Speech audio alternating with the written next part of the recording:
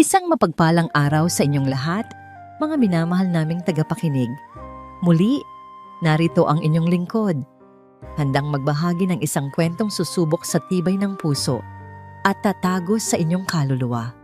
Sabi nila, ang pinakamabigat na pasanin ay ang mga alaala ng kahapon na hindi na natin mababalikan. Ngunit paano kung sa gitna ng pinakamadilim na kabanata ng iyong buhay, may isang sinag ng pag-asa na sisibol mula sa abo ng pighati? Paano kung ang taong dapat sana'y maging buhay na paalala ng iyong nawala ay siya palang magiging kanlungan para sa iyong bukas? Halina't sabay-sabay nating tuklasin ang kwento ni Diwa at Amihan sa tunisongi Kanlungan ng Mga Tala. 6 na buwan. Para sa iba, iyon ay kalahating taon lamang. Isang iglap sa walang hanggang pag-ikot ng mundo. Ngunit para kay Diwa Alcantara, ang 6 na buwan na yon ay isang kawalang hanggan ng katahimikan. Isang walang katapusang gabi na lumamon sa lahat ng kulay at tunog sa loob ng bahay na dati puno ng buhay at tawanan. Ang bahay na ito, na dating pugad ng kanyang mga pangarap, kasama ang yumaong asawa, at naging palasyo ng kaligayahan para sa kaisa-isa nilang anak na si Sinag, ay isa na lamang malamig na musoleo. Isang bantayog ng mga alaala. Nakaupo si Diwa sa gilid ng kama sa loob ng kwarto ni Sinag. Hindi niya binuksan ang ilaw. Ang tanging liwanag ay nagmumula sa siwang ng bintana, dala ng papaglubog na araw sa ilog huni. Mahina at maputla, halos walang lakas na abutin ang mga sulok ng silid.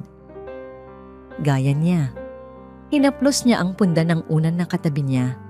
Nananatili pa rin doon ang bahagyang amoy ng shampoo na paborito ni Sinag, isang halimuyak ng sampagita at matamis na ngiti. Ipinikit ni Diwa ang kanyang mga mata. Hinahayaang dalhin siya ng amoy na yon pabalik sa nakaraan. Nakikita pa niya ang anak na naglalakad palabas ng banyo, nakatapis ng tuwalya sa buhok. Ang mukha ay maningning na parang isang bituin. "Nay, ang bango, di ba?" sasabihin nito, at iikot na parang isang prinsesa. Ngayon, ang naiwan na lang ay ang multo ng halimuyak na yon. Paunti-unting naglalaho sa bawat araw na lumilipas. Idinapo niya ang kanyang tingin sa ibabaw ng tokador. Naroon pa rin ang mga gamit ni Sinag, ang kanyang mga suklay, ang botelya ng pabango na hindi na nabawasan, at ang isang litrato nila ni Amihan nung araw ng kasal nila. 2 taon pa lang ang nakalipas mula noon. 2 taon kung kailan buo pa ang kanilang mundo. Sa litrato, abot langit ang nangiti ni Sinag habang nakakapit sa braso ng kanyang asawa, si Amihan. Ang binatang yon na may mga matang kasing lalim ng gabi, ngunit kasing liwanag ng bukang liwayway kapag ngumingiti. Isang pamilyar na tunog mula sa labas ang pumutol sa kanyang pag-iisip. Ang ugong ng motorsiklo ni Amihan. Oras na naman. Dahan-dahan siyang tumayo, inayos ang gusot sa kanyang duster, at lumabas ng silid. Isinara niya ang pinto nang walang kaluskos, na para bang natatakot na magising ang isang natutulog na anghel sa loob. Naabutan niya si Amihan sa kusina. Hinuuhubad ang kanyang security guard uniform. Sa loob ng 6 na buwan, hindi ito umalis. Sa kabila ng pagpipilit ng ibang kamag-anak, nanatili ito sa bahay na ito. "Hindi ko po kayo pwedeng iwan, Nay. Wala na si Sinag. Tayo na lang ang magkasama dito." Iyon ang palagi niyang sinasabi. "Kumain ka na ba, Han?" tanong ni Diwa. Ang boses ay halos pabulong. Umiling si Amihan at itinaas ang isang maliit na plastic bag. "Nag-uwi po ako ng lugaw, Nay, yung paborito ni Sinag sa kanto." Tumangulang si Diwa. Lugaw. Ang pagkain na laging hinahanap ni Sinag kapag masama ang pakiramdam o kapag umuulan. Isa na namang ritual, isa na namang paraan upang buhay ng isang alaala. Nagsandok si Amihan sa 2 mangkok. Umupo sila sa tapat ng isa't isa sa maliit na mesa. Ang tanging maririnig ay ang mahinang tunog ng kanilang mga kutsara na tumatama sa gilid ng mangkok. Walang nagsasalita. Hindi na kailangan. Ang kanilang katahimikan ay isang lengguwahe na sila lang ang nakakaintindi. Isang wikang binuo ng parehong pighati. Pinagmasdan ni Diwa ang kanyang manugang. Payat ito ngayon, mas payat kaysa dati. May mga namumuong guhit na ng pagod at lungkot sa ilalim ng mga mata nito. Ngunit sa kabila niyon, naroon pa rin ang determinasyon, ang responsibilidad. Isang bagay na ipinagpapasalamat niya sa Diyos. Sa gitna ng kanyang pag-iisa, hindi siya tuluyang pinabayaan. Natapos silang kumain ng muli. Sa parehong katahimikan, si Amihan na ang nagligpit ng kanilang pinagkainan. Habang naghuhugas ito ng plato, isang malakas at sunod-sunod na katok sa pinto ang bumasag sa kanilang kapayapaan. Nagkatinginan sila. Bihira silang magkaroon ng bisita. Ang mga kaibigan at kapitbahay ay unti-unti nang huminto sa pagdalaw. Marahil ay hindi na alam kung ano ang sasabihin. Binuksan ni Diwa ang pinto. "Bea," sabi niya sa malamig na tono. Ang kanyang hipag na si Beatrice Salcedo, nakatatandang kapatid ng kanyang yumaong asawa, ay nakatayo roon, nakapamaywang, ang mga matay mapanuri mula ulo hanggang paa. "Magandang gabi, Diwa. Hindi ka man lang ba mag-aabalang magsuklay?" Bungad nito, bago pumasok sa loob ng walang paanyaya. "Anong kailangan mo?" tanong ni Diwa. Dire-diretso si Beatrice sa sala at umupo na parang reyna. "Nabalitaan ko lang sa palengke kanina. May mga nagtatanong na raw, bakit daw hanggang ngayon ay dito pa rin nakatira ang manugang mo?" Lumabas si Amihan mula sa kusina. Pinupunasan ang kanyang mga kamay sa isang basahan. "Magandang gabi po, Tia Bea." Hindi siya pinansin ni Beatrice. Ang mga mata nito ay nakatuon kay Diwa. "Hindi maganda tingnan, Diwa. Lalaki yan. Babae ka. Kahit pabyenan ka niya, iba pa rin ang iisipin ng mga tao.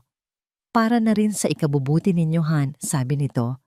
Sa wakas ay nilingon si Amihan. "Siguro ay panahon na para humanap ka ng sarili mong mauuwian."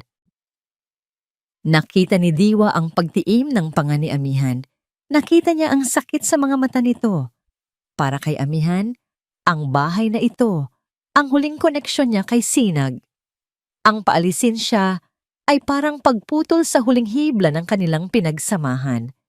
Akmang magsasalita si Diwa para ipagtanggol ang binata.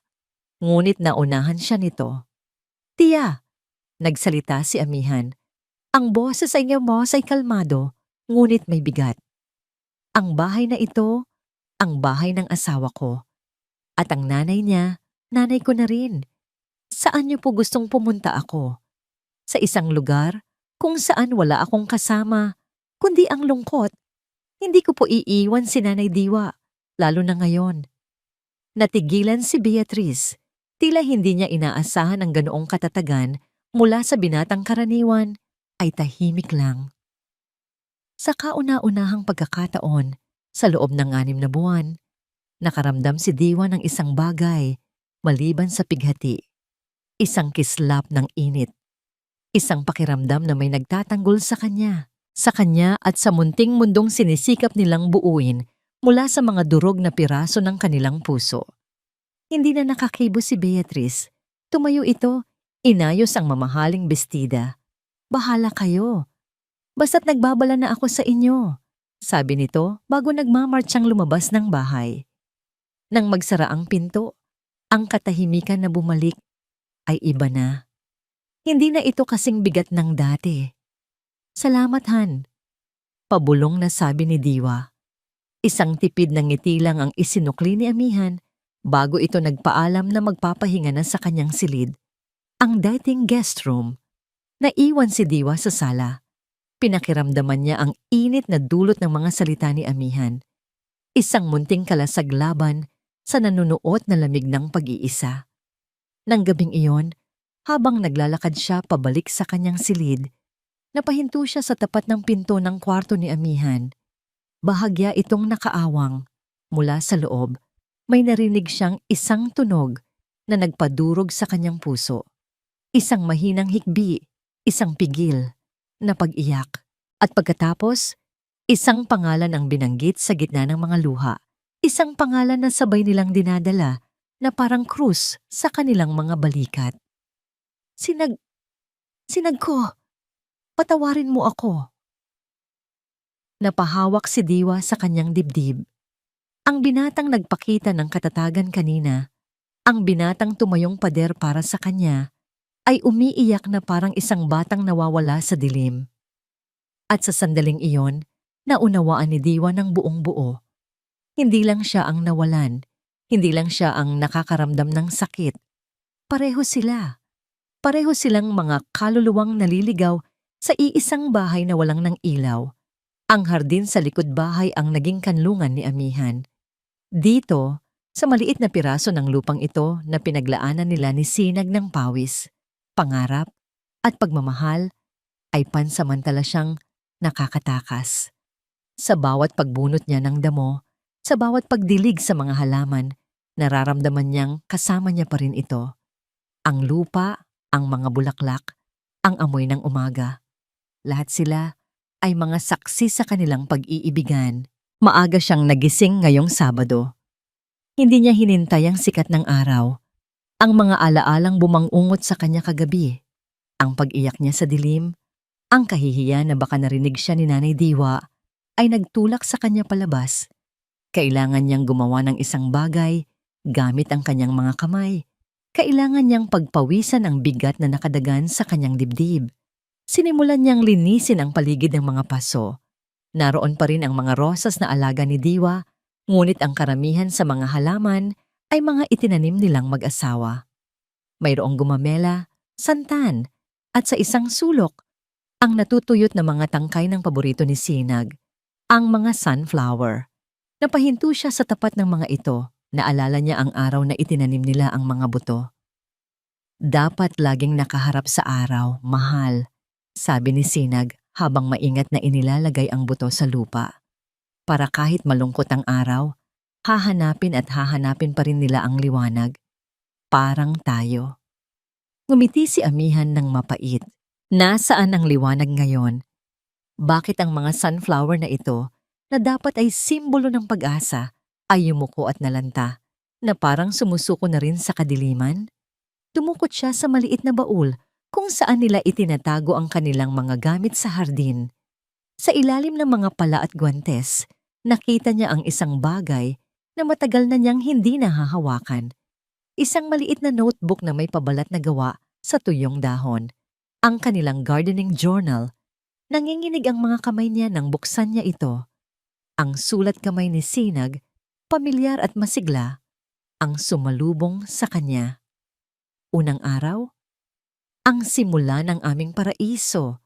Nagtanim kami ni Han ng mga buto ng sunflower. Sabi niya, para raw laging maliwanag ang umaga ko. Mahal na mahal ko talaga ang lalaking ito. Napapikit si Amihan. Ang sakit. Ang sakit na dulot ng alaala ay mas matalas pa sa anumang tinik. Nagpatuloy siya sa paglipat ng mga pahina. Naroon ang mga drawing ni Sinag ng mga bulaklak, mga tala, kung kailan dapat magdilig, at mga masasayang komento tungkol sa kanilang mga halaman. Ika-4 na linggo. Sumibol na ang unang sunflower namin. Ang saya-saya ko. Niyakap ako ni Han ng mahigpit. Pakiramdam ko, kasama ng bulaklak na ito, ay sabay na ring namumukadkad ang pamilya natin. Iyon ang linggo, kung kailan nila nalaman na buntis siya sa una nilang dapat sanay magiging anak. Ang anghel, na hindi man lang nila nayakap. Isinara niya ang journal. Sobra na, hindi na niya kaya. Ang bawat salita ay isang patalim na humihiwa sa kanyang puso. Inilagay niya ito sa gilid at muling hinarap ang mga damo ng may higit na puwersa na para bang ang mga iyon ang may kasalanan sa lahat. Han. Napalingon siya. Nakatayo si Nanay Diwa sa may pintuan ng kusina. May daladalang 2 tasa ng kape. Ang mukha nito ay kalmado, ngunit bakas sa mga mata nito ang pag-aalala. Nag-agahan ka na ba? Tanong nito. Umiling siya. Hindi pa po ako nagugutom, Nay. Lumapit ito at iniabot sa kanya ang isang tasa. Kahit kape man lang, baka manlamig ang tiyan mo. Tinanggap niya ito. Salamat po. Katahimikan. Muli. Ngunit gaya ng dati, hindi ito isang nakakailang na katahimikan. Tumabi ito sa kanya. Nakatingin din sa mga nalantang sunflower. Paborito niya yan. Basag ni Diwa sa katahimikan. Nung bata pa siya, lagi siyang nagdodrawing ng malaking araw na may mga talulot. Sabi niya, iyon daw ang pinakamagandang bulaklak sa mundo. Kaya po namin itinanim, sagot ni Amihan. Para raw po kahit nasa trabaho ako, may araw pa rin siyang nakikita. Isang butil ng luha ang pumatak mula sa mata ni Diwa. Agad niya itong pinunasan. Gusto mo bang subukan nating magtanim ulit? Nag-angat ng tingin si Amihan. Nagulat siya sa mungkahi nito. Ang muling pagtatanim ay parang pag-amin na kailangan nilang magsimula ulit. Na kailangan nilang humanap ng bagong liwanag. Tumango siya. Sige po. Kumuha si Diwa ng mga bagong buto mula sa isang supot sa loob ng bahay. Lumuhod silang dalawa sa lupa. Magkatabi. Inalis nila ang mga tuyong tangkay. Binungkalang lupa. Sa kanilang paggawa, ang kanilang mga kamay ay nagkakasalubong paminsan-minsan. Walang nagsasalita. Ngunit ang kanilang mga kilos ay nagkakaisa. Isang ritual ng pagluluksa at pag-asang magkasama. Nang mailagay na nila ang mga buto at matabunan ng lupa, hindi na napigilan ni Amihan ang sarili. Nay, patawad po, sabi niya. Ang boses ay basag. Para saan, anak? Dahil wala ako roon. Pagpapatuloy niya, ang mga salita ay nag-uunahan sa paglabas. Dahil hindi ko siya naprotektahan. Trabaho ko pong maging security guard, ang magbantay. Pero ang sarili kong asawa, pinabayaan ko. Kung sana lang sinamahan ko siya nung araw na yon. Naramdaman niya ang pagbigat ng hangin. Ang bigat ng paano kung. Naramdaman niya ang isang mainit na palad sa kanyang balikat. Ang kamay ni Diwa. Marahan, ngunit matatag. Huwag mong sabihin yan, Han, sabi nito. Ang boses ay puno ng awtoridad ng isang ina. Aksidente ang nangyari. Walang may gusto. At lalong hindi mo ito kasalanan. Alam kong kung nasaan man si Sinag ngayon, ayaw niyang sinisisi mo ang sarili mo. Ang gusto niya ay magpatuloy ka sa buhay. Ang pagdampi ng kamay nito, ang init na dumaloy mula roon, ay isang bagay na hindi naramdaman ni Amihan sa loob ng 6 na buwan. Isang pisikal na pag-alo, isang paalala na hindi siya nag-iisa sa mundo. Napatingin siya rito at sa mga mata ng kanyang biyenan. Nakita niya hindi ang paghatol, kundi ang pag-unawa. Isang pag-unawang pareho sila ng pinagdadaanan. Nahihiya, bahagya siyang umusog. Naguguluhan sa naramdaman. Isang kislap ng ginhawa na may kasamang kakaibang kaba. Tumayo na sila at nagpagpag ng lupa sa kanilang mga damit.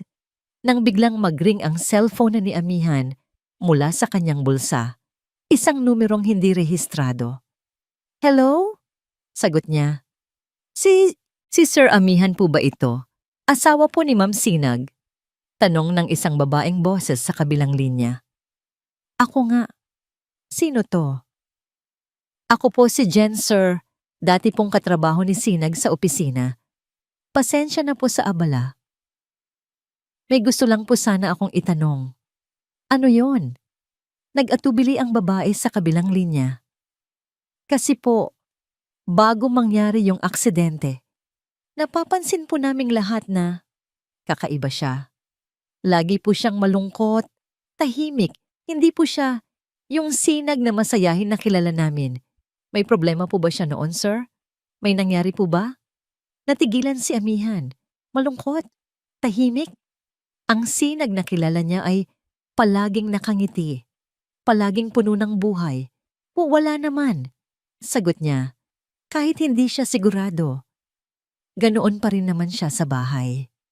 Ah, ganun po ba? Sige po sir, baka guni-guni lang namin. Pasensya na po ulit. Binaba ng babae ang tawag. Naiwan si amihan na nakatayo. Hawak ang cellphone. Ang isip ay gulong-gulo. Ang mga salita ni Jen ay umalingaw-ngaw sa kanyang ulo. Kakaiba siya. Lagi po siyang malungkot. Isang bagong binhi ang naitanim sa kanyang isipan. Hindi ito buto ng sunflower. Ito ay ang binhi ng pagdududa. Nagsimula ito sa isang mahinang ambon. Isang malamyos na pagpatak ng tubig na tila ba nakikidalamhati sa katahimikan ng ilog huni. Ngunit pagsapit ng dapit hapon, ang dalamhati ay naging isang sigaw. Ang ambon ay naging isang bagyo. Para kay Diwa, ang bawat dagundong ng kulog ay parang pagkatok sa pinto ng kanyang mga alaala. Ang bawat matalim na guhit ng kidlat na sumisilip sa kanilang bintana ay tila nagliliwanag sa mga sulok ng kanyang puso na pilit niyang itinatago sa dilim. Nasa sala sila ni amihan, pinagmamasdan ang paghampas ng hangin at ulan sa mga puno sa labas. Ang tawag sa telepono na natanggap ni amihan noong isang araw ay nag-iwan ng kakaibang bigat sa pagitan nila. Hindi ito pinag-usapan ni amihan, ngunit nakikita ni Diwa ang anino nito sa mga mata ng binata. Isang anino ng pagkalito at panibagong sakit. At bigla, sa isang iglap, namatay ang lahat. Ang bumbilya sa kanilang kisame ay kumurap ng 2 beses bago tuluyang nilamon ng kadiliman. Brown out. Naku, bulong ni Diwa. Ang boses ay nanginginig ng bahagya. Sandali lang po, Nay. Meron tayong kandila sa kusina, sabi ni amihan. Narinig ni Diwa ang marahang paghakbang nito, ang maingat na pagkapa sa dilim. Ang katahimikang naiwan ay mas nakakabingi kaysa sa ugong ng bagyo sa labas. Sa dilim, ang lahat ng takot ay nagiging mas malaki. Ang lahat ng multo ay nagiging mas totoo. Niyakap ni Diwa ang kanyang sarili. Sinusubukang iwaksi ang lamig na hindi dulot ng panahon. Ilang saglit pa, isang maliit na liwanag ang lumitaw mula sa kusina. Si amihan may dalang nakasinding kandila. Ang anino niya sa pader ay malaki at gumagalaw na parang isang higanteng bantay. Inilapag niya ang kandila sa maliit na mesa sa gitna nila. Ang sayaw ng apoy ay nagbigay buhay sa kanilang mga mukha, ngunit nagpalalim din sa mga anino sa kanilang mga mata. Wala na po tayong ibang kandila, sabi ni amihan. Tumango si Diwa. Ayos lang, magkakasya na ito. Umupo sila. Muling nabalot ng katahimikan. Ang tanging ingay ay ang walang tigil na pagbuhos ng ulan at ang paminsan-minsang pag-aspas ng apoy sa kandila. May bote ng lambanog dyan sa aparador, biglang sabi ni Diwa, itinuturo ang isang lumang kabinet. Pamana pa ng tatay mo. Kumuha ka para uminit man lang ang pakiramdam natin. Sumunod si amihan. Kumuha siya ng bote at 2 maliit na baso. Nagsalin siya ng kaunti para sa kanilang 2.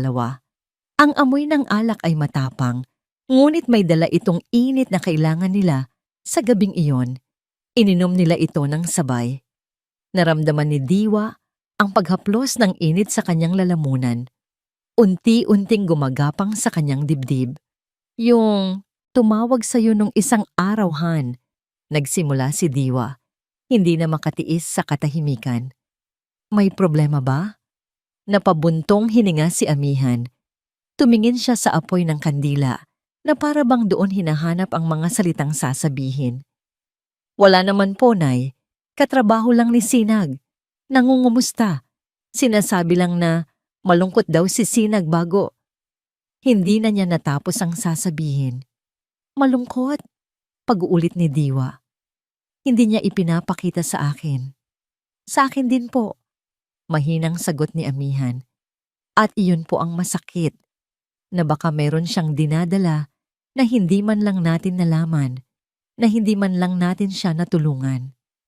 Ang mga salitang iyon ay tumusok sa puso ni Diwa. Ang pagkakasala, ang walang katapusang tanong na paano kung. Muli, Bumalik ang bigat, bumalik ang lamig.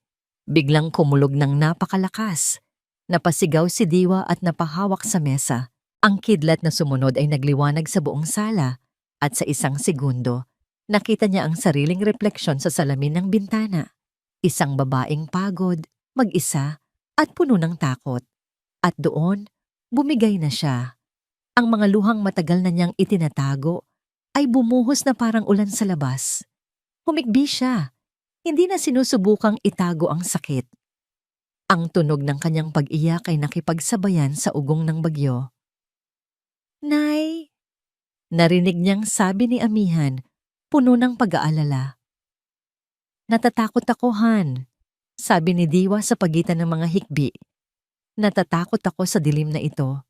Natatakot ako sa bahay na ito. Ang dami kong iniisip. Paano kung tumanda akong mag-isa rito? Paano kung mamatay ako na walang kasama, na walang makakaalam? Matatagpuan na lang nila akong malamig na bangkay dito. Nay, huwag po kayong magsalita ng ganyan." Naramdaman niya ang pag-usog ni Amihan, palapit sa kanya. Pero totoo.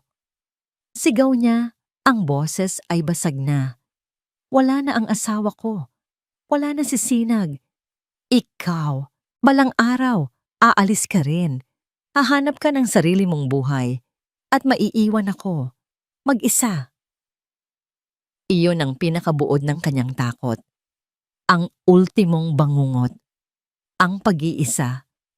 Hindi na nagsalita si Amihan. Sa halip, naramdaman niya ang init ng braso nito sa kanyang likod. Isang yakap. Isang yakap na nag-aatubili sa simula, ngunit humigpit din. Ipinatong ni Amihan ang baba nito sa kanyang balikat, hinahayaan siyang umiyak. Sa yakap na yon, naramdaman ni Diwa ang lahat. Ang pagod, ang lungkot, ang pangungulila. Naramdaman din niya ang panginginig ng katawan ni Amihan. Umiiyak din ito. Tahimik. Pareho silang mga nasirang kaluluwa, naghahanap ng kanlungan sa gitna ng unos. Hindi niya alam kung gaano sila katagal na magkayakap. Ang alam niya lang, ang yakap ay unti-unting nag-iba. Hindi na ito simpleng paggalo. Naging isang desperadong pagkapit. Isang kahanap ng init ng buhay. Dahan-dahan siyang humiwalay at tumingin sa mukha ni Amihan na inaagusan din ng luha at nababasa ng ulan mula sa tumutulong bubong. Ang kanilang mga mukha ay ilang pulgada lang ang layo. Ang liwanag ng kandila ay naglalaro sa kanilang mga mata. Sa mga matang iyon, nakita ni Diwa ang sarili niyang pighati. At sa isang iglap na binali ng katinuan, sa isang sandali ng kahinaan at matinding pangangailangan, nangyari ang hindi dapat mangyari. Dahan-dahang inilapit ni Amihan ang mukha nito. Isang halik. Hindi ito matamis. Hindi ito romantiko. Ito ay marahas at desperado at maalat dahil sa kanilang mga luha. Isang halik na naghahanap hindi ng pag-ibig, kundi ng ginhawa. Isang halik na nagsasabing, "Narito ako. Nararamdaman kita. Hindi ka nag-iisa." Tumugon si Diwa. Sa sandaling iyon, nakalimutan niya ang lahat. Nakalimutan niyang siya ang ina. Nakalimutan niyang ito ang asawa ng kanyang anak. Ang tanging alam niya ay ang init ng labi nito ang pumapawi sa lamig ng kanyang kaluluwa. Ang bagyo sa labas ay nagpatuloy sa kanyang pananalasa. Ngunit sa loob ng maliit na bahay, may isang bagyong mas malakas, mas mapanira. Ang katahimikang namayani matapos ang lahat. Kinabukasan, sumikat ang araw na parang walang nangyari. Ang hangin ay payapa. Ang mga ibon ay umaawit. Ngunit sa loob ng bahay, ang hangin ay mabigat at hindi mahinga.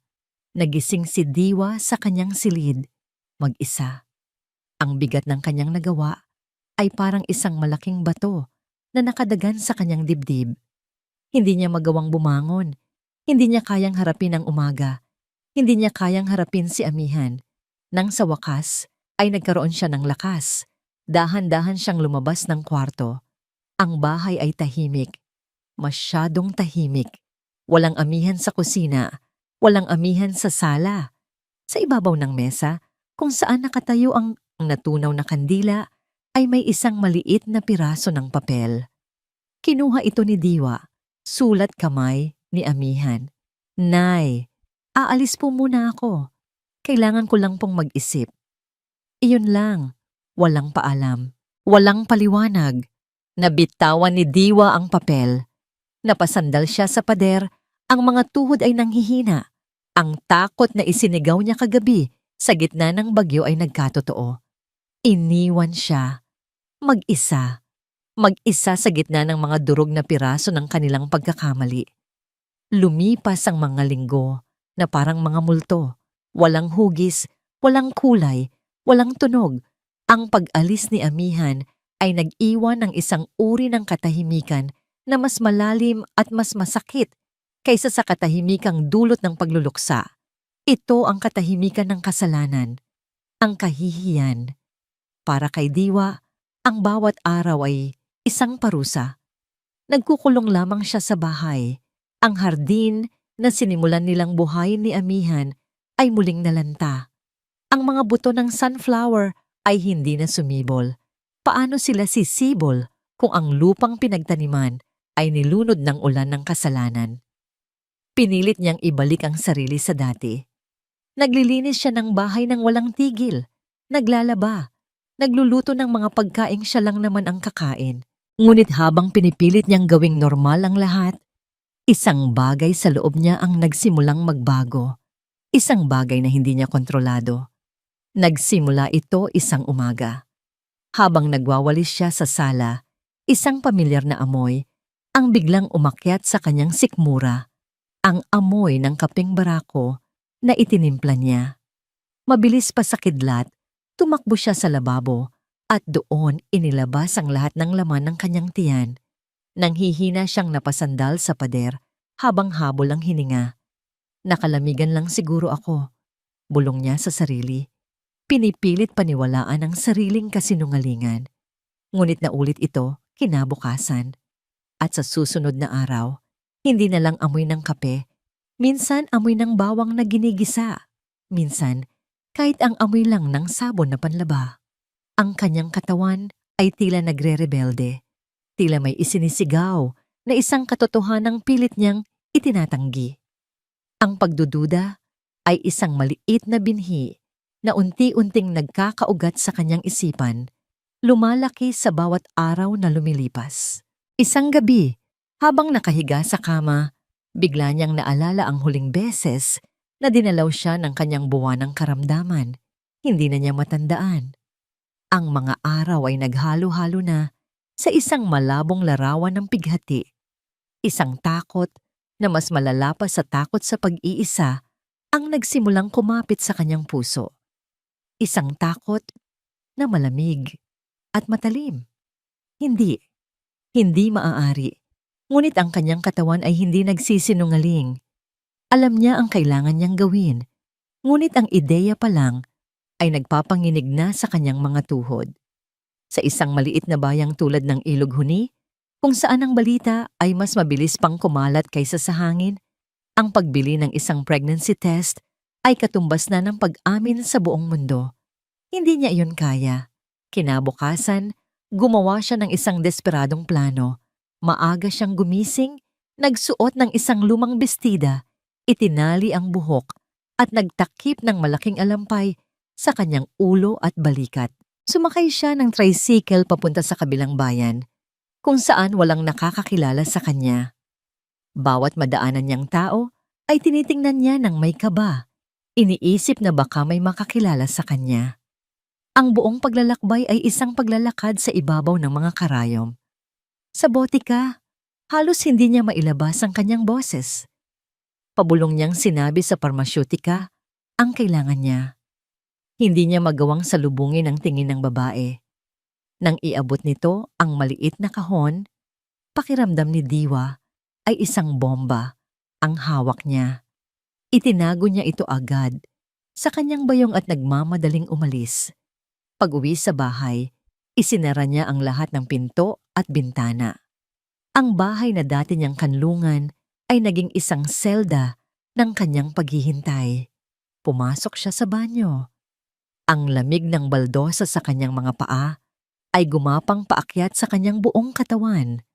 Nanginginig ang mga kamay niya habang binubuksan ang kahon. Ang mga letra sa instruksyon ay lumalabo sa kanyang paningin. Sinunod niya ang mga hakbang na parang isang robot. At pagkatapos, ang pinakamahabang 3 minuto ng kanyang buhay, inilapag niya ang maliit na aparato sa gilid ng lababo. Hindi niya ito kayang tingnan.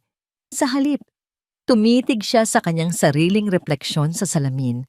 Ang babaeng nakatingin pabalik ay hindi na niya kilala. Payat, maputla. Ang mga mata ay malalim at walang buhay, napapalibutan ng itim na bilog ng mga gabing walang tulog. Sino ka? Anong nangyari sa'yo? Napapikit siya ng mariin. Huminga ng malalim. 1, 2, 3. Pagmulat niya, dahan-dahan niyang ibinaba ang kanyang tingin. 1 linya, 2 linya, 2 malinaw, hindi mapagkakailanlan at brutal na linya. Positibo. Ang hangin ay naubos sa kanyang mga baga. Ang lakas ay nawala sa kanyang mga binti. Napaluhod siya sa sahig. Ang mga kamay ay nakatakip sa kanyang bibig upang pigilan ang isang sigaw na gustong kumawala. Ang pregnancy test ay nahulog mula sa lababo at gumulong sa sahig na parang isang sentensya ng kamatayan. Hindi, hindi, hindi. Paulit-ulit na sinasabi ng kanyang isip. Ngunit ang katotohanan ay nakatitig sa kanya mula sa sahig. Isang katotohanang hindi na niya matatatakasan. Ang bunga ng isang gabing pagkakamali. Ang binhi ng kanilang kasalanan. Ito ngayon ay totoong nabubuhay sa loob niya. Hindi niya alam kung gaano siya katagal na nakaluhod doon sa malamig na sahig ng banyo habang ang kanyang mundo ay gumuho at naging abo. Isang katok sa pinto sa labas ang nagpabalik sa kanya sa kasalukuyan. Isang katok na pamilyar at mabigat. Natigilan siya. Hindi siya maaring magkamali. Dahan-dahan siyang tumayo, pinunasan ng kanyang mga luha at pilit na inayos ang sarili. Inilagay niya ang pregnancy test sa bulsa ng kanyang duster. Bawat hakbang palabas ng banyo ay parang isang paghakbang sa bitayan. Pagbukas niya ng pinto, naroon nga siya. Si Amihan. Mas payat ito. Mas magulo ang buhok. Ang mga mata nito ay puno ng pagod at pagsisisi. Nay, sabi nito, ang boses ay paos. Hindi nagsalita si Diwa. Tumingin lang siya. Ang puso ay parang isang bato sa kanyang dibdib. Patawarin niyo po ako, Nay, sabi ni Amihan. Yumuko. Sa lahat. Sa pag-alis ko. Sa nangyari. Duwag po ako. Natakot ako. Pero hindi ko na po kaya. Hindi ko kayang malayo dito. Hindi ko kayang iwan kayo. Patawad po. Ang Amihan na nagsusumamo sa harap niya ay ang Amihan na dapat sanay kanyang aaluin. Ngunit paano? Paano niya ito aaluin kung siya mismo ay wasak? Paano niya ito haharapin kung sa loob niya ay dala-dala niya ang isang sikretong magbabago sa lahat? Hindi siya kumibo. Ang mga salitang gustong sabihin ni Amihan ay tila nagiging pader sa pagitan nila. Nay, magsalita po kayo. Parang awa niyo na. Pakiusap nito. Bago pa man makahanap ng salita si Diwa, isang boses mula sa kanilang likuran ang bumasag sa tensyon. Aba, himala, nagbalik na pala ang alibughang manugang. Si Beatrice, nakatayo ito sa may tarangkahan, ang mga mata ay matalim na parang isang agila. Pinapalipat-lipat ang tingin sa kanilang dalawa. Anong drama ito? Tanong nito habang naglalakad palapit. At ikaw naman, Diwa? Sabi nito. Tinititigan siya mula ulo hanggang paa. Nanliit ang mga mata nito na para bang may napansing kakaiba. Namumutla ka. Lalo kang pumayat. May sakit ka ba? Umiwas ng tingin si Diwa. Napahawak ng hindi sinasadya sa kanyang tiyan. Isang maliit na kilos, ngunit hindi ito nakaligtas sa mapanuring mga mata ni Beatrice. Nakita nito ang paghawak na yon. Isang ngisi, malamig at mapanguyam, ang sumilay sa mga labino nito. Parang may iba sa'yo, Diwa, sabi ni Beatrice. Ang boses ay mababa at puno ng kahulugan. Mayroon ka bang inililihim sa akin? Ang hangin sa pagitan nilang tatlo ay halos pwedeng hiwain sa sobrang bigat. Para kay Amihan, ang pagbabalik niya na dapat sana'y maging isang tahimik na paghingi ng tawad kay Diwa ay naging isang eksena sa harap ng pinakatusong manonood sa lahat. Si Tia Beatrice. Ang tanong ni Beatrice ay parang isang palasong tumama sa gitna ng kanilang dalawa. Mayroon ka bang inililihim sa akin? Nakita ni Amihan ang pamumutla ni Diwa, ang bahagyang panginginig ng mga kamay nito sa gilid ng duster. Nakita niya ang takot. At sa isang iglap, ang lahat ng pagsisisi niya ay napalitan ng isang damdamin ng pagprotekta. Tia Bea, sabi ni Amihan. Ang boses ay matatag, humaharang sa pagitan ni Beatrice at Diwa. Pumunta po ako rito para kausapin si Nanay. Kung pwede po sana, bigyan niyo muna kami ng pagkakataong mag-usap. Tinaasan siya ng kilay ni Beatrice, ngunit tila nakita nito ang determinasyon sa kanyang mga mata. Sige, sabi nito, ang boses ay puno ng panunuya. Mag-usap kayo. Tutal, mukhang marami nga kayong dapat pag-usapan. Naglakad ito palabas ng tarangkahan, ngunit hindi lumayo. Nagkunwari itong may kinakausap sa telepono, ngunit ang mga mata ay nanatiling nakabantay sa kanila. Nang makapasok na sila sa loob at maisara ang pinto, hinarap ni Amihan si Diwa.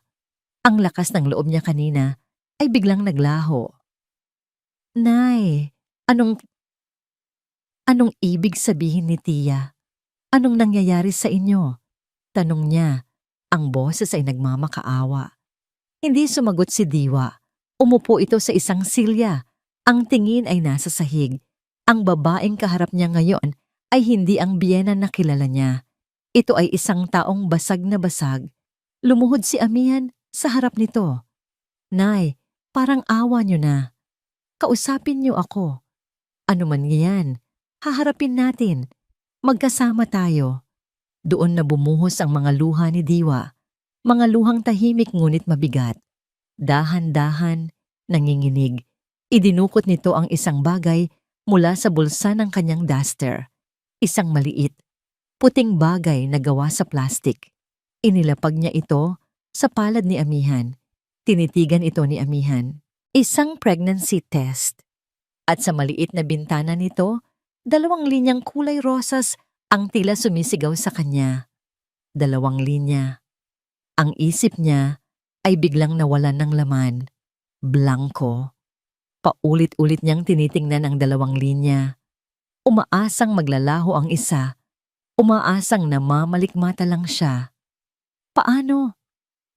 Iyon lang ang salitang lumabas sa kanyang bibig. Isang pabulong na tanong na puno ng pagkalito. At pagkatapos, na parang isang malamig na tubig na ibinuhos sa kanyang ulo, bumalik ang alaala. Ang bagyo, ang dilim, ang alak, ang mga luha, ang yakap, ang halik, ang pagkakamali. Napaupo siya sa sahig, ang likod ay sumandal sa pader. Ang katotohanan ay isang malaking sampal na gumising sa bawat himaymay ng kanyang katauhan. Hindi totoo yan, sabi niya, umiiling. Sinusubukang itanggi ang isang bagay na nasa harap na niya. Gusto ko ring isipin yan, Han, sabi ni Diwa. Ang boses ay basag. Pero, totoo. Totoo ito. Napasabunot si Amihan sa kanyang buhok. Ang pagkakasala, ang kahihiyan, ang bigat. Ito na yata ang parusa sa kanila. Ang bunga ng kanilang kahinaan ay isang buhay na hindi nila pinlano, isang sikretong sisira sa lahat. Nasa gitna sila ng kanilang sariling impyerno nang biglang magring ang telepono sa ibabaw ng mesa. Ang tunog ay matinis at nakakabingi, isang panghihimasok mula sa labas ng mundo. Nag-atubili si Diwa na sagutin ito, ngunit nagpatuloy ito sa pagring mapilit. Dahan-dahan siyang tumayo at sinagot ang tawag. Hello? Ilang segundo ng katahimikan. At pagkatapos, narinig ni Amihan ang boses mula sa kabilang linya. Malakas at malinaw, puno ng nakalalasong kagalakan. Boses ni Beatrice. Congratulations, Diwa! Balita ko, magkakaanak ka na raw ulit. Nako, ang bilis naman kumalat ng magandang balita. Sikat na sikat ka na sa buong ilog, huni. Nabitawan ni Diwa ang telepono. Bumagsak ito sa sahig ng may malakas na kalabog. Ang mukha niya ay nawalan ng lahat ng kulay. Naintindihan na ni Amihan. Si Beatrice, nakita nito. Narinig. At ngayon, isinabog na nito ang kanilang kahihiyan sa buong bayan. Ang sumunod na mga oras ay isang malabong panaginip, isang bangungot. Nag-umpisa ang mga tawag sa telepono mula sa mga kamag-anak. Mga text message na puno ng pag-uusig. Sa labas ng kanilang bahay, ang mga kapitbahay na dati bumabati sa kanila ay nagbubulungan na lang habang dumadaan. Ang mga tingin ay puno ng paghusga. Ang kanilang bahay ay naging isang kulungan. At sila, ang dalawang bilanggo. Pagsapit ng gabi, isang kotse ang huminto sa tapat ng kanilang bahay. Isang kamag-anak ang tumawag, isang emergency family meeting. Sa bahay ng mga Salcedo, walang takas. Pagpasok nila sa malaking bahay, pakiramdam ni Amihan ay para silang mga kriminal na haharap sa firing squad.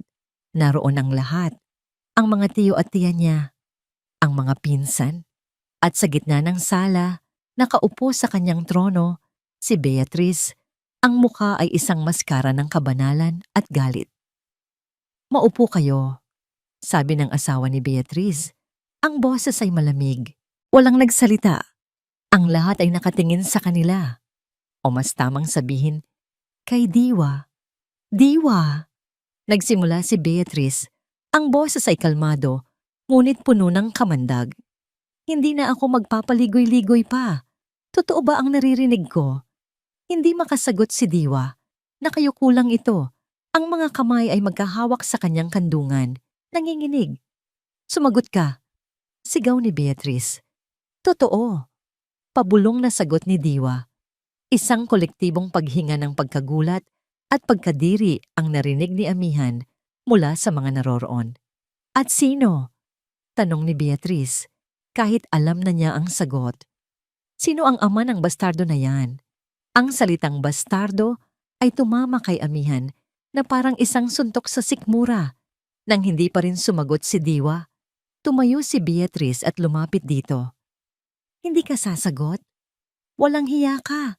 Pinuno mo ng kahihihiyan ang pangalan ng kapatid ko, ang pangalan ng pamilyang ito. At hindi pa yon sapat, dinungisan mo pa ang alaala ng sarili mong anak. Bawat salita ay isang latigo. Nakikita ni Amihan ang pagyanig ng mga balikat ni Diwa. Ang babaeng ito, na nawalan na ng lahat, ay pinapatay pa ulit sa harap ng kanilang mga mata. Ano ka bang klase ng ina? Pagpapatuloy ni Beatrice, ang boses ay umaalingaw-ngaw sa buong sala. Hindi ka nanawa sa sarili mo? Sa sarili mong manugang? Sa asawa ng sarili mong anak? Anong tawag dyan? Kasuklam-suklam. Kadiri. Nakatungo lang si Amihan. Ang kahihiyan ay parang isang kumunoy na humihila sa kanya pababa. Gusto niyang magtago, gusto niyang maglaho, ngunit nang marinig niya ang isang pigil na hikbi mula kay Diwa, isang bagay sa loob niya ang nagbago. Ang kumunoy ng kahihiyan ay biglang natuyo at napalitan ng isang nag-aapoy na galit. Galit hindi kay Diwa, kundi sa lahat ng mga taong humuhusga sa kanila. Nakita niya si Diwa, hindi bilang biyenan niya, hindi bilang ina ni Sinag, kundi bilang isang babae. Isang babaeng nag-iisa, nasasaktan at dinudurog. At sa tabi nito, siya, ang lalaking kasama nito sa pagkakamali. Ang lalaking dapat sana'y poprotekta rito. Tama na, bulong niya. Anong sabi mo? Tanong ni Beatrice. Tumayo si Amihan. Sa unang pagkakataon, inangat niya ang kanyang ulo at sinalubong ang mga mata ng lahat. Sabi ko, tama na, may ulit niya. Ang boses ay mas malakas na ngayon. Nagulat ang lahat sa kanyang biglaang pagbabago. Hinawakan niya ang kamay ni Diwa. Malamig ito at nanginginig. Hinigpitan niya ang hawak dito. Isang pisikal na pagpapahayag ng kanilang pagkakaisa sa gitna ng dilubyo. Tumingin siya ng diretso kay Beatrice. Ang takot sa kanyang mga mata ay wala na. Ang natira na lang ay isang matigas na determinasyon. Tama na. Sigaw niya ang boses ay umalingaw-ngaw, puno ng lahat ng galit at sakit na kinimkim niya. Oo, buntis siya at ako ang ama. Pananagutan namin ito. Ang buong silid ay nabalot ng isang nakakabiminging katahimikan. Lahat ng mga mata ay nakatutok sa kanila, sa kanilang magkahawak na mga kamay, sa kanilang pag-amin. Sa sandaling iyon, alam ni Amihan na wala ng atrasan. Itinawid na nila ang isang linya at ang tanging daan na lang ay pasulong, magkasama. Ang sigaw ni Amihan sa bahay ng mga Salcedo ay hindi isang deklarasyon ng pag-ibig. Ito ay isang deklarasyon ng digmaan. At sa isang digmaan, laging may mga talunan. Sa mga sumunod na araw, naramdaman ni Diwa ang buong bigat ng kanilang pagkatalo. Ang dating bulungan ng mga kapitbahay ay naging isang nakakabinging katahimikan. Walang nang bumabati, walang nang nangungumusta. Kapag lumalabas siya para magtapon ng basura, ang mga bintanang dati bukas ay nagsasara. Ang mga taong naglalakad sa kalsada ay biglang tumatawid sa kabila para lang maiwasan siya. Ang kanilang bahay ay naging isang isla na papaligiran ng isang dagat ng paghusga. At sila ni Amihan ang 2 taong stranded dito. Ngunit sa gitna ng pag-iisa, may isang bagay na nagbago. Ang pader ng pagkailang sa pagitan nila ay gumuho na. Ang kanilang pagkakamali at ang pag-amin ni Amihan ay pumanday ng isang kakaibang bigkis. Hindi na sila biyenan at manugang na nakatira sa iisang bubong. Sila ay 2 taong magkakampi laban sa buong mundo. Si Amihan ang naging kalasag niya. Ito ang namamalengke. Ito ang humaharap sa matatalim na tingin. Pag-uwi nito, wala itong ikinukwento tungkol sa mga pang-aalipusta na natatanggap nito. Ngumingiti lang ito at inaabot sa kanya ang mga pinamili. Sa mga kilos na yon, nakikita ni Diwa ang isang pananagutang hindi na nito tinatakbuhan. Isang hapon, habang nag-aayos sila ng mga gamit sa sala, biglang nagsalita si Diwa. Han, sabi niya, ang boses ay mahina, ngunit matatag. Kailangan na siguro nating ayusin ang mga gamit ni Sinag. Napahinto si Amihan sa kanyang ginagawa. Ang kwarto ni Sinag, ang kaisa-isang lugar sa bahay na hindi nila ginagalaw. Ang santuwaryo. Bakit po, Nay? Tumingin si Diwa sa kanya. Ang mga mata ay malungkot, ngunit determinado. Dahil kailangan na nating harapin, hindi pwedeng habang buhay tayong mabubuhay sa anino niya, lalo na ngayon, na may darating na iba. Napahawak siya sa kanyang tiyan, naintindihan ni Amihan, tumango ito. Isang tahimik na pagsang-ayon sa isang bagay na pareho nilang kinatatakutan, ngunit alam nilang kailangan. Magkasama silang pumasok sa silid. Ang amoy ng sampagita mula sa shampoo ni Sinag ay humina na, ngunit naroon pa rin. Isang malungkot na paalala. Nagsimula sila sa aparador. Maingat nilang tiniklop ang mga damit, ang mga bestida, ang mga blusa. Bawat damit ay may dalang alaala. Bawat isa ay isang maliit na patalim sa kanilang mga puso. Ito po yung suot niya nung una kaming lumabas, sabi ni Amihan, hawak ang isang simpleng dilaw na bestida.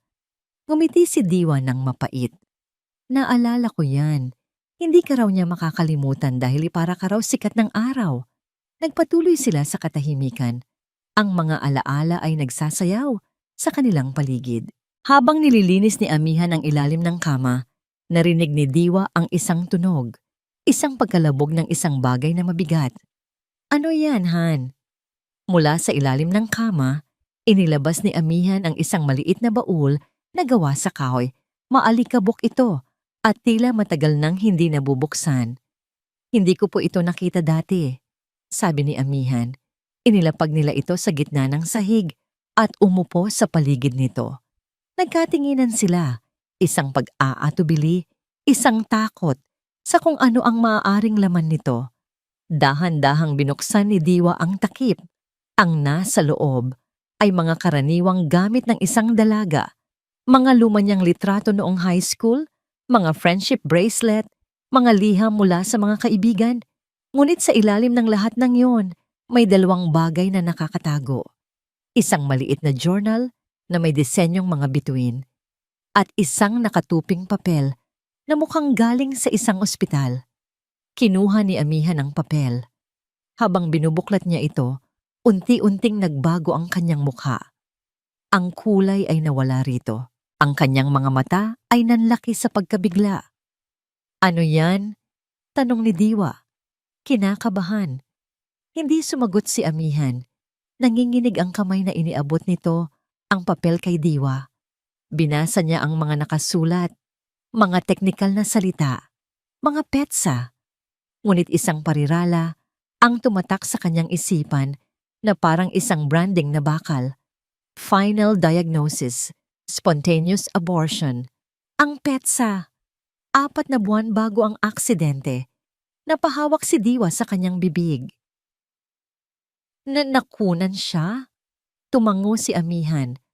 Ang mga mata ay puno ng sakit at pagkalito. Hindi niya sinabi sa akin, hindi ko man lang alam. Ang anak niya, ang masayahin niyang anak. Nagdadalamhati pala ng mag-isa. Dinala niya ang isang sikretong napakabigat ng walang nakakaalam. Kaya pala, bulong ni Diwa, naaalala ang mga panahong napapansin niyang matamlay si Sinag. Ngunit isinasawalang bahala lang niya ito bilang pagod sa trabaho.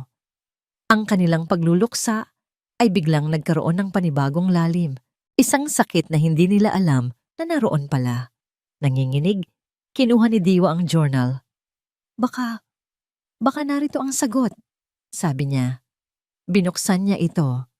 Ang mga unang pahina ay puno ng masayang sulat kamay ni Sinag. Mga pangarap nila ni Amihan, mga plano para sa hinaharap. Ngunit habang lumilipat ang mga pahina, nag-iiba ang tono. Natagpuan nila ang isang entry na may petsang tumutugma sa medical report. Nawala na siya. Ang anghel namin, nawala na. Hindi ko pa man lang siya nayayakap. Paano ko sasabihin kay Han na nabigo ako? Paano ko sasabihin kay nanay na hindi ko naibigay ang apo na pinapangarap niya? Ang sakit. Ang sakit-sakit. Tumulo ang luha ni Diwa sa pahina. Niyakap siya ni Amihan. Pareho silang umiiyak para sa isang apo at isang anak na hindi nila nakilala at para sa sakit na tiniis ni Sinag ng mag-isa. Nagpatuloy sila sa pagbabasa. Ang mga sumunod na entry ay puno ng kadiliman. Ang bigat. Parang may isang itim na ulap na laging nakasunod sa akin. Ngumingiti ako sa labas, pero sa loob, nalulunod ako. Sabi ni Jen, napapansin daw niyang lagi akong malungkot. Sabi ko, pagod lang. Ayokong maging pabigat sa kanila. Lalo na kay Han, lalo na kay nanay. Ito pala ang dahilan. Ito ang lihim ni Sinag. Ang bigat na kanyang dinala hanggang sa huling sandali. Nakarating sila sa pinakahuling pahina. Ang petsa, isang araw bago ang aksidente. Ang sulat kamay ni Sinag ay magulo. Tila minadali. Pagod na ako. Pagod na pagod na. Araw-araw, pumapasok ako sa trabaho, tinitingnan ang construction site sa tapat. Ang ingay, ang gulo. Pakiramdam ko, mas nagiging delikado roon. May mga naririnig akong kwento mula sa mga trabahador. Baka ito na ang isang paraan para makatakas. Napatigil si Diwa sa pagbabasa. Tumingin siya kay Amihan. Nakita niya sa mga mata nito ang parehong tanong. Ang parehong nakakakilabot na hinala na biglang sumibol sa kanyang puso. Isang paraan para makatakas. Anong ibig sabihin na noon? Isang pagtakas mula sa sakit? Isang pagpapatiwakal? O isang pagtakas mula sa isang panganib na nakita niya? Ang aksidente na inakala nilang isang simpleng trahedya ay biglang nagkaroon ng isang bagong, mas madilim na anino.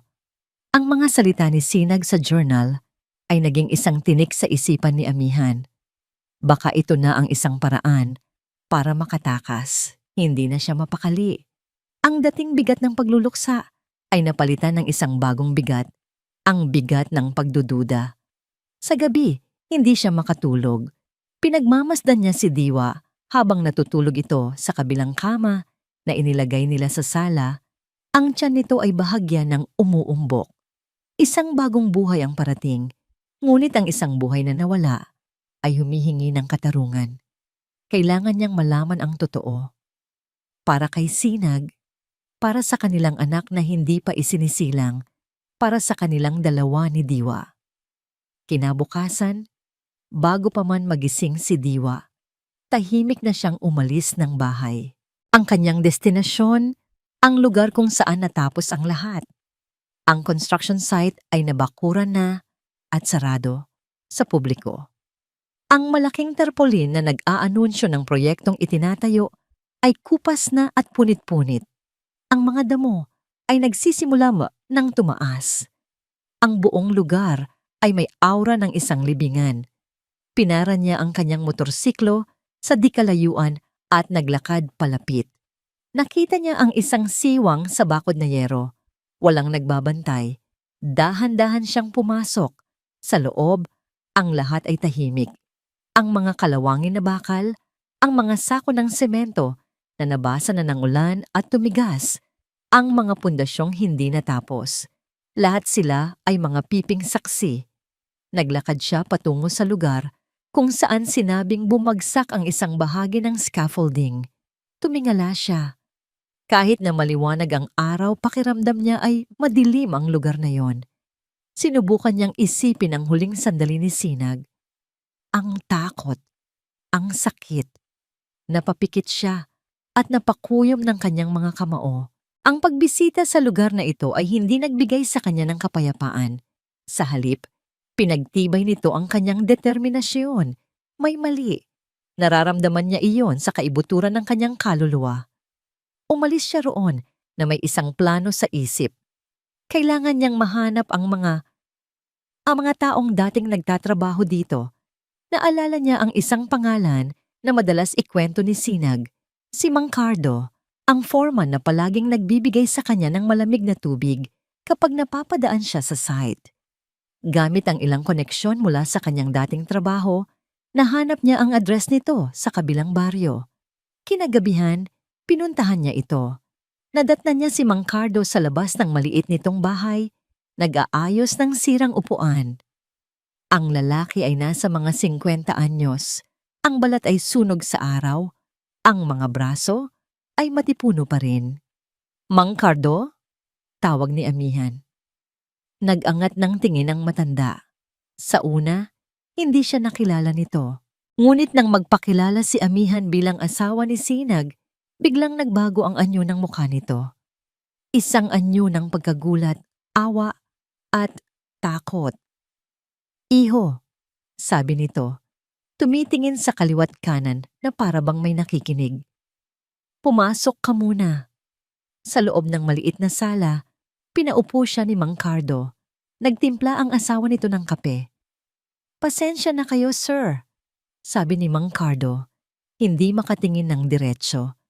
Nabalitaan namin ang nangyari. Nakikiramay kami. Salamat po, sagot ni amihan. Mang Cardo, may gusto lang po sana akong itanong tungkol po sa aksidente. Biglang naging tensyonado ang matanda. Matagal na yon, iho. Mas mabuti pang kalimutan na. Hindi ko po makakalimutan. Giit ni amihan, ang boses ay matatag. Mang Cardo, nabasa ko po ang isinulat ng asawa ko bago siya mamatay. Isinulat niyang delikado ang lugar na yon. May mga naririnig daw siyang kwento mula sa mga trabahador. Ano po ang mga kwentong yon? Nagbuntong hininga si Mang Cardo. Tumingin ito sa asawa na tumango lang sa kanya na parang nagbibigay ng permiso. Delikado yon, iho. Pag-amin nito sa wakas. Delikado dahil sa pagtitipid. Yung mga materyales na dapat sana'y primera klase, pinalitan ng mas mura. Yung mga bakal, substandard. Yung mga safety harness na dapat ay sapat para sa lahat, bilang lang. Ilang beses na naming sinabi sa engineer, pero ang laging sagot sa amin, sumunod na lang kayo. Ang bawat salita ni Mang Cardo ay isang kumpirmasyon sa mga hinala ni amihan. Sino po ang may-ari ng kumpanya, Mang Cardo? Umiling ang matanda. Hindi ko alam ang pangalan, iho, pero alam kong malaking tao, makapangyarihan. Kaya nga pagkatapos ng aksidente, lahat kami pinatahimik, binigyan ng kaunting pera at sinabihang huwag nang magpakita kailanman. Nagpasalamat si amihan at umalis. Habang nagmamaneho pauwi, ang kanyang isip ay parang isang nag-aalab na apoy. Pagtitipiid, substandard na materyales, pinatahimik. Hindi ito simpleng aksidente. Ito ay pagpapabaya. Ito ay krimen. Ngunit sino ang nasa likod nito? Kinabukasan, ginamit niya ang kaunting natitira sa kanilang ipon.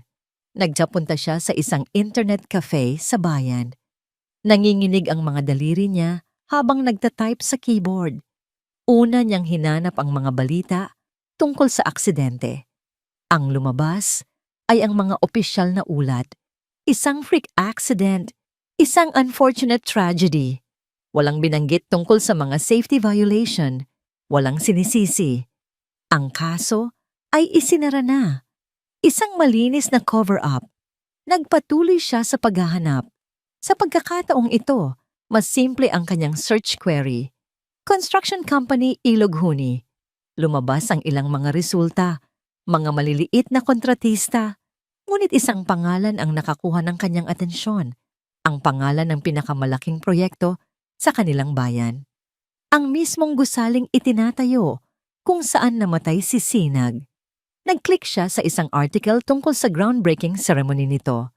May mga litrato, ang mayor, ang mga konsehal, at ang mga developer. Tinitigan niya ang caption sa ilalim ng isang litrato ng isang grupo ng mga nakasuit na lalaki.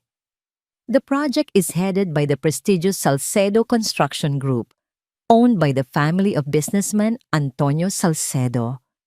Salcedo, ang apelyido, ay parang isang kulog na dumagundong sa kanyang tainga. Pamilyar. Masyadong pamilyar. Nanginginig, nag-type siya ulit. Antonio Salcedo Beatriz Salcedo. Ang resulta ay lumabas sa loob lang ng isang segundo. Isang society page article. Isang litrato ng isang mag-asawa sa isang party. Ang lalaki, si Antonio Salcedo, nakangiti sa kamera. At ang babaeng nakakapit sa braso nito, suot ang isang mamahaling kwintas, ay walang iba kundi ang hipag ni Diwa, ang tiyahin niya. Si Beatrice, napasandal si amihan sa kanyang upuan. Ang ingay ng internet cafe, ang pag-click ng mga keyboard, ang tawanan ng mga kabataan, ay biglang naglaho. Ang tanging naririnig niya ay ang mabilis na pagkabog ng kanyang puso. Salcedo Construction Group, ang kumpanya ng asawa ni Beatriz. Ang lahat ng piraso ng palaisipan ay biglang nagkabit-kabit sa isang nakakakilabot na larawan. Ang pagbisita ni Beatriz pagkatapos ng libing. Ang pagpupumilit nitong paalisin siya. Ang galit. Ang pagkakalat ng balita tungkol sa pagbubuntis ni Diwa. Hindi iyon dahil sa moralidad, hindi iyon dahil sa kahihiyan. Iyon ay dahil sa takot. Takot na baka may matuklasan sila. Takot na baka lumabas ang katotohanan sa likod ng pagkamatay ni Sinag. Ang kanilang paghusga ay hindi isang krusada para sa kabanalan. Ito ay isang desperadong pagtatangka na ilihis ang atensyon, na sirain ang kanilang kredibilidad, na ibaon ang isang maruming sikreto. Ang pag-uwi ni Amihan ay parang pag-uwi ng isang sundalo mula sa isang madugong labanan, pagod, sugatan, ngunit may dalang isang katotohanang mas matalim pa sa anumang sandata. Naabutan niya si Diwa sa sala, nagtutupi ng mga damit pambata na ibinigay ng isa sa iilang kaibigan na hindi pa rin tumatalikod sa kanila. Ang tiyan nito ay mas malaki na ngayon, isang maliit na burol ng pag-asa sa gitna ng kanilang kalbaryo. Ngunit ang pag-asang iyon ay biglang nabahiran ng anino nang makita ni Diwa ang anyo sa mukha ni Amihan. Han, anong nangyari? Tanong niya. Ang pag-aalala ay agad na gumuhit sa kanyang mukha. Hindi nagsalita si Amihan. Umupo siya sa tapat nito, inilabas ang kanyang cellphone at ipinakita ang litrato ni Beatrice at ng asawa nito mula sa society page. Pagkatapos, ipinakita niya ang article tungkol sa Salcedo Construction Group. Nay, nagsimula si Amihan. Ang boses ay mababa at puno ng isang galit na hindi pa naririnig ni Diwa mula rito. Ang kumpanyang may-ari ng construction site. Ang kumpanyang responsable sa pagkamatay ni Sinag ay pag-aari ng asawa ni Tia Bea.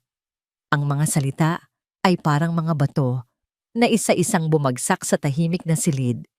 Kinuha ni Diwa ang cellphone. Tinitigan niya ang mga litrato, ang mga pangalan. Ang kanyang isip ay pilit na pinagdudugtong ang lahat. Ang mga alaala ay bumalik sa kanya na parang isang mabilis na pelikula. Ang pagbisita ni Beatrice pagkatapos ng aksidente, ang pag-aalok nito ng tulong pinansyal kapalit ng hindi pagsasampa ng kaso. Ang pag-aakala niyang yon ay awa, iyon pala ay pagbili sa kanilang katahimikan. Ang pag-atake nito sa kanila nang lumabas ang balita tungkol sa pagbubuntis, ang paggamit nito sa kanilang pagkakamali bilang isang sandata. Lahat ng ito ay isang malaking kasinungalingan, isang palabas.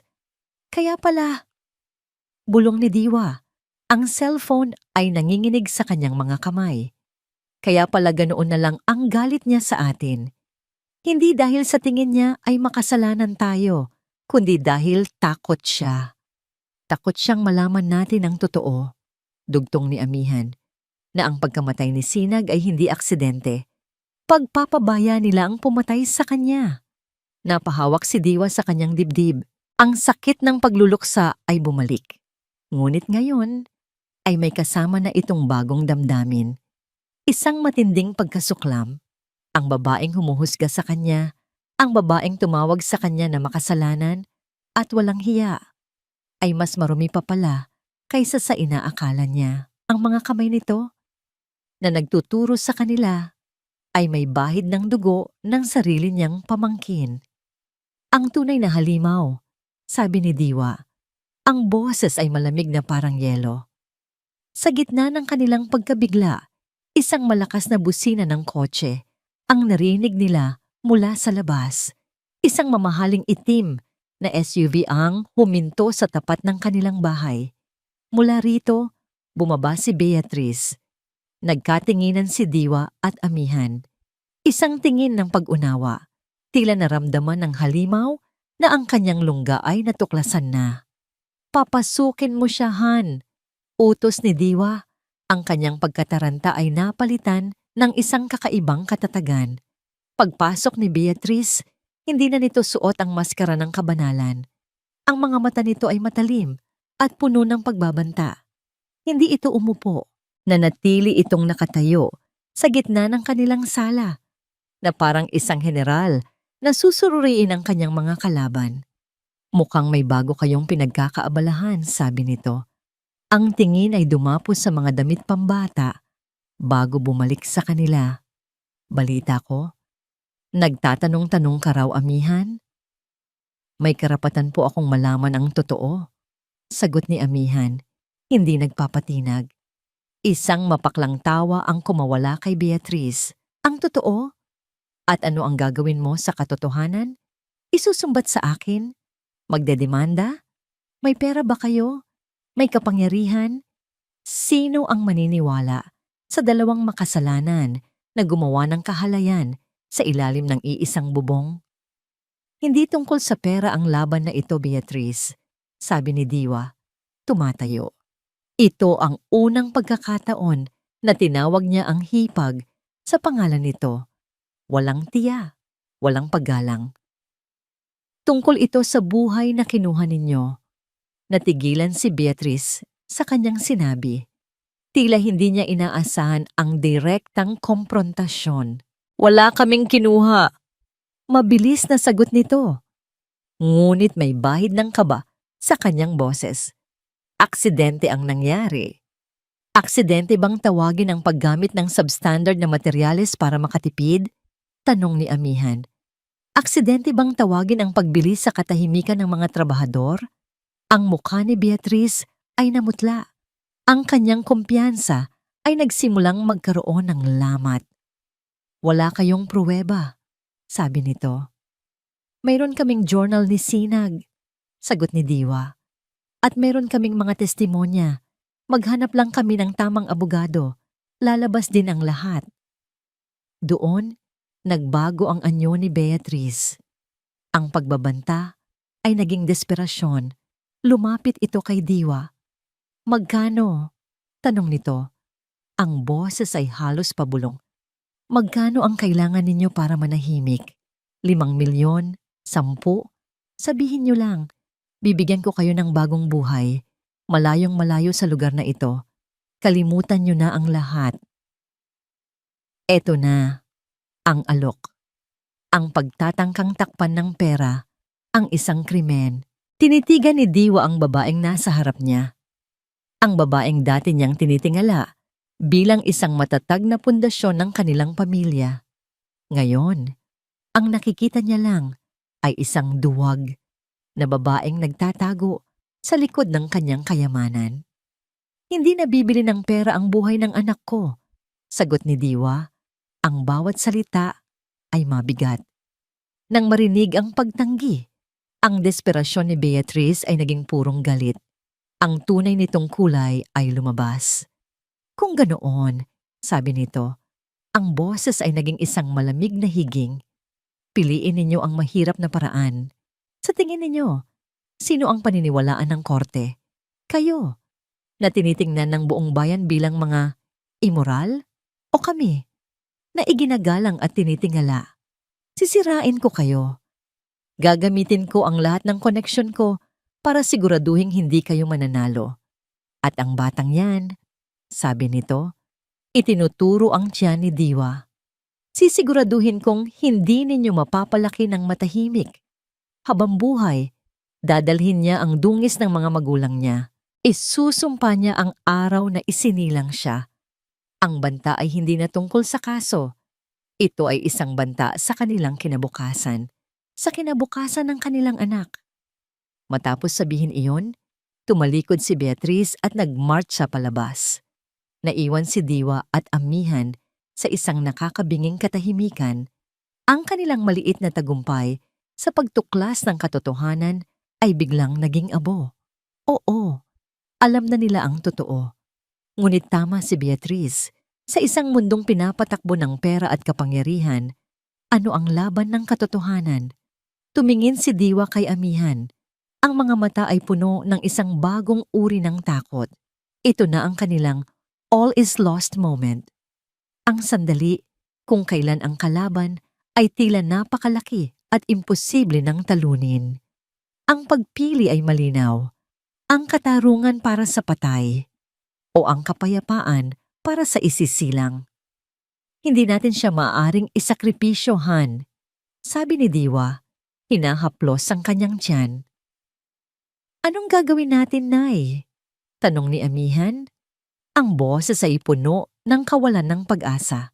Tumingin si Diwa sa labas ng bintana, sa daan palabas ng ilog huni. Sa isang iglap, isang desisyon ang nabuo sa kanyang isipan. Isang desisyon na hindi tungkol sa paghihiganti, kundi tungkol sa pagtakas. Aalis tayo, sabi niya. Ang boses ay mahina, ngunit hindi nag-aalinlangan. Aalis tayo sa lugar na ito. Itatakas natin siya. Ang desisyon ni Diwa na umalis ay hindi isang desisyon ng pagkatalo. Sa halip, ito ay isang pagpili. Isang pagpili sa buhay kaysa sa paghihiganti. Isang pagpili sa kapayapaan kaysa sa isang digmaang alam nilang hindi nila maipapanalo. Ngunit bago sila umalis, may isang huling bagay siyang kailangang gawin. Hindi para sa kanila, kundi para kay Sinag. Isang huling pagharap. Isang huling pagpapatawad. Linggo ng umaga. Ang araw kung kailan ang buong ilog huni ay nagtitipon sa simbahan. Ito ang araw kung kailan ang mga banal at ang mga nagbabalat kayo ay nagsasama-sama sa ilalim ng iisang bubong. Sigurado po ba kayo rito, Nay? Tanong ni amihan habang naghahanda sila. Isinuot niya ang kanyang pinakamalinis na polong shirt. Si Diwa naman ay nagsuot ng isang simpleng bestidang itim, ang kulay ng kanyang pagluluksa. Ngunit ang kanyang tindig ay tuwid at matatag. Kailangan nating itong gawin, Han, sagot ni Diwa. Inaayos ang kwelyo ng damit ni amihan. Kailangan nating umalis dito na walang galit sa ating mga puso para sa anak natin. Habang naglalakad sila papasok sa bakuran ng simbahan, ang lahat ng mga mata ay napunta sa kanila. Ang mga bulungan ay nagsimula na namang gumapang na parang mga ahas sa damuhan. Ngunit ngayon, hindi na sila apektado. Ang kanilang mga balikat ay tuwid. Ang kanilang mga ulo ay nakataas. Hindi sila naglalakad bilang mga makasalanan, kundi bilang mga taong may dalang isang katotohanang mas mabigat pa sa lahat ng kanilang mga husga. Nakita nila ang pamilya Salcedo na nakaupo sa kanilang karaniwang pwesto sa harap.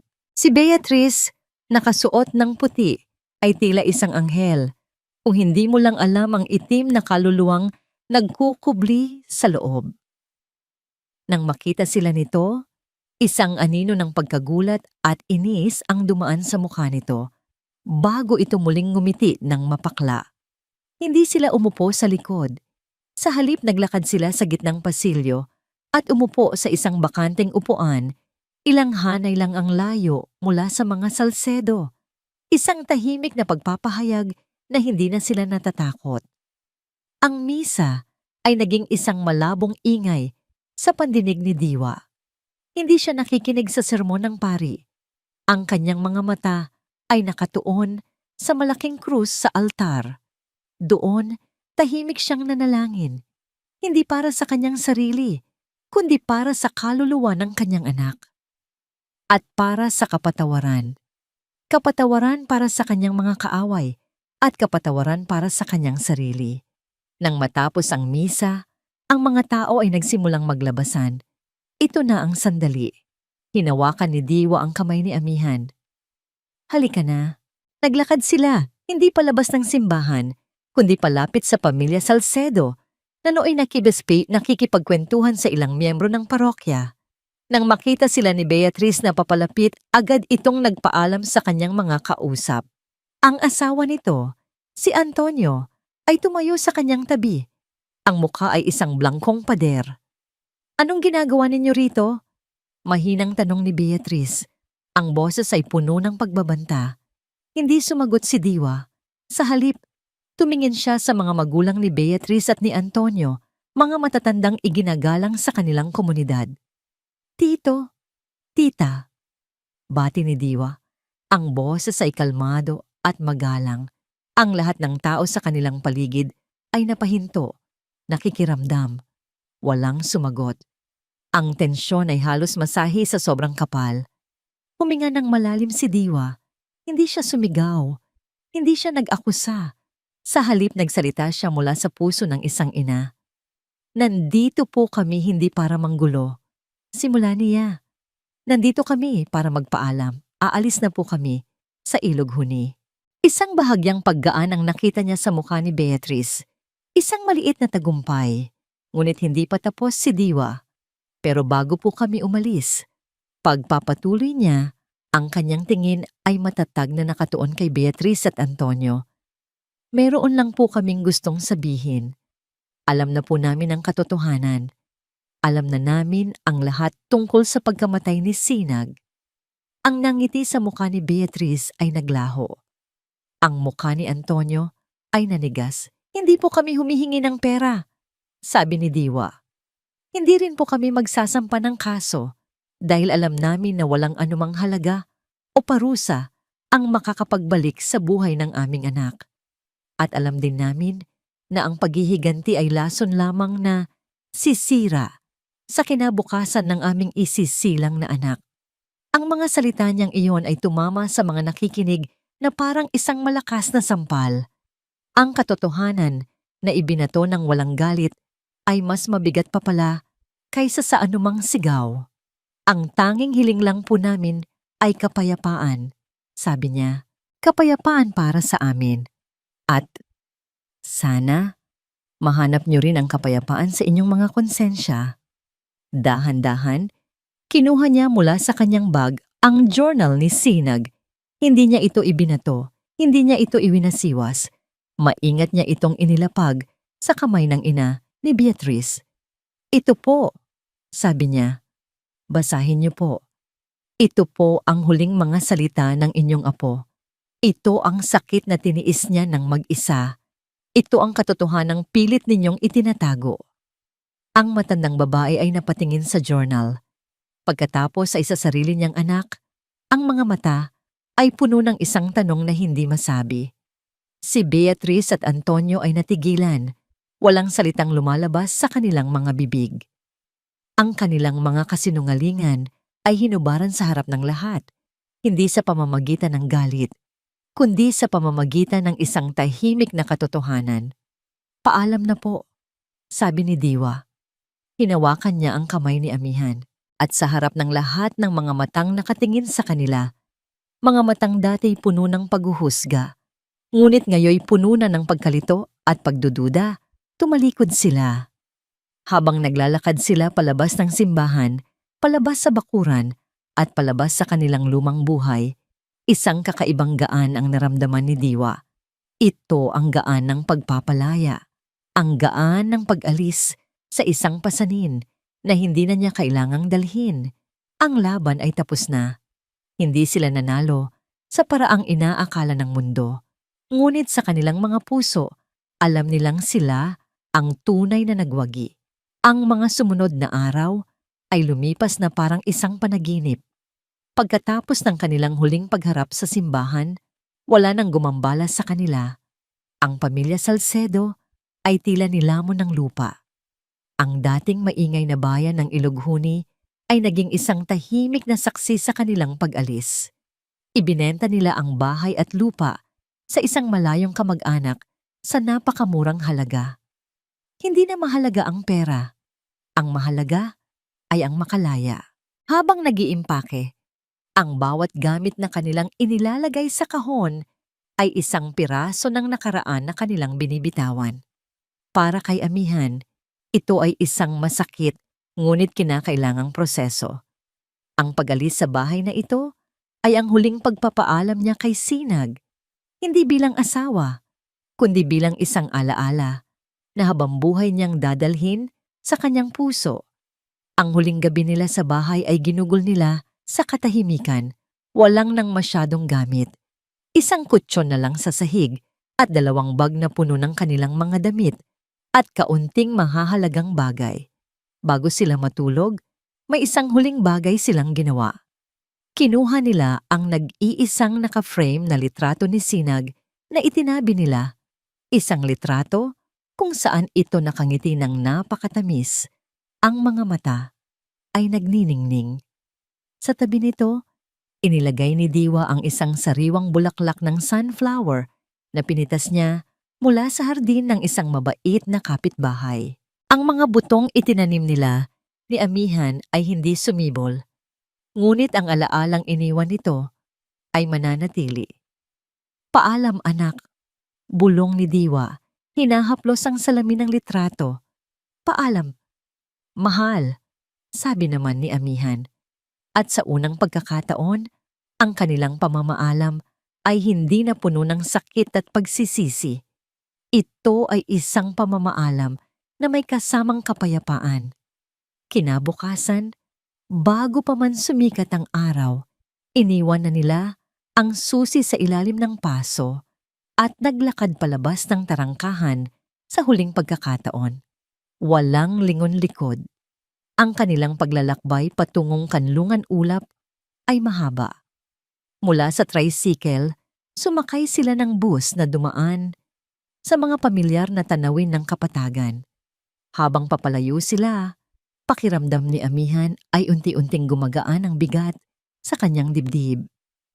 Ang bawat kilometrong kanilang nilalakbay ay 1 kilometro papalayo sa sakit, sa paghusga, at sa mga multo ng kahapon. Nakatingin lang siya kay Diwa na nakasandal sa bintana.